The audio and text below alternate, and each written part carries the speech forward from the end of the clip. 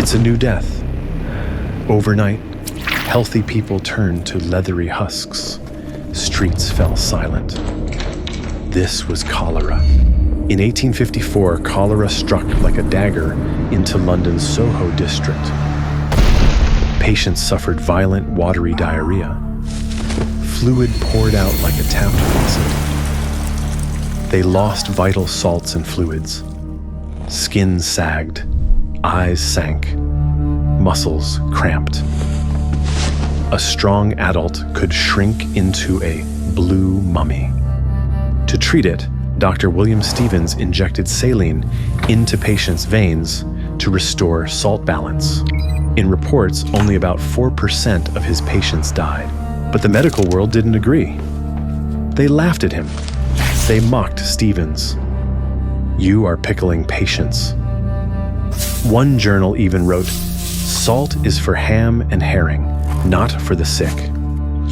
They believed disease came from bad air. They thought vomiting was good, the body expelling poison. So they gave standard treatments, bleeding, mercury, brandy. But death rate went up.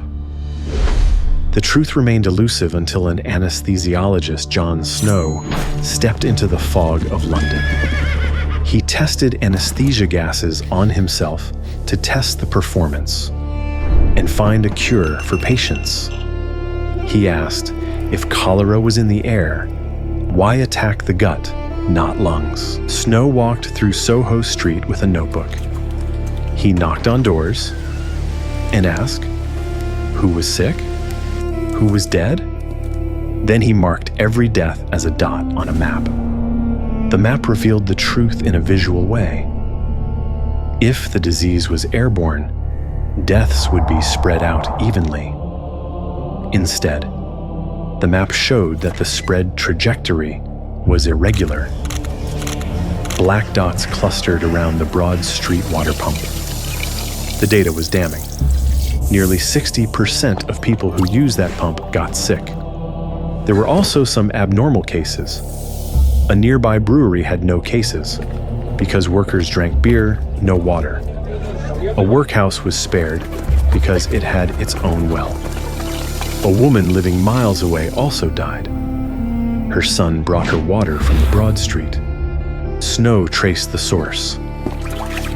A mother had washed her sick baby's diapers near a cesspool right next to the pump. The waste seeped into the water supply, polluting the water source of entire streets. Thus, with evidences, Snow took his death map to the authorities. He made a simple request: remove the handle from the Broad Street pump. Officials were skeptical, but also desperate, so they did it. Within days, new cases on Broad Street stopped.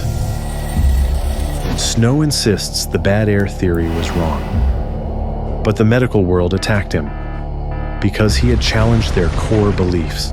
Medical societies, politicians, even the journal The Lancet, all called him a traitor to public health.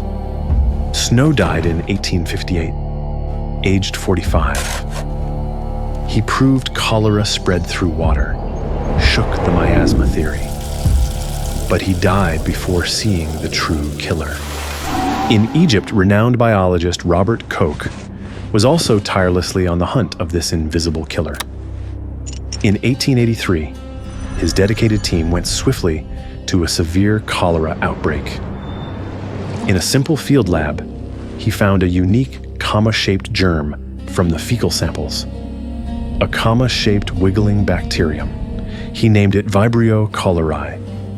Now let's see the killer in detail. They can either independently grow in water or inhabit small crustaceans. Millions of bacteria enter the body through feces-contaminated water. They survive the stomach's acid. They dodge the body's immune attacks.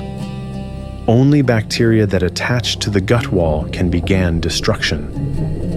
But it wasn't enough. Koch set 4 rules to prove a germ causes a disease. Find it in all sick people, not in healthy ones. Isolate it from the host and grow in pure culture. When pure cultured germ is inoculated into susceptible hosts, make them sick. Re-isolate the same germ from the newly sick subject. In 1884, he officially announced, Vibrio cholerae is the cause of cholera. Koch's rules caused an uproar, but he still faced the defender of bad air theory, chemist Max Pettenkofer, to boldly refute Koch. Pettenkofer drank a glass of cholera bacteria in public. The pathogen did not spare him. He suffered severe diarrhea, but survived.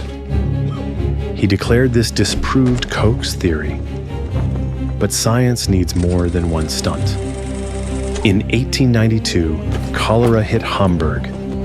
Across the river, the city of Altona had almost no cases. The difference? Altona had filtered water. This was final proof of Snow and Koch's theory. Bad air theory was dead. In 1901, Pettenkofer shot himself.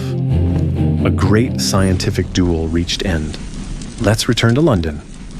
To improve urban public health, engineer Joseph Bazalgette designed a new underground system.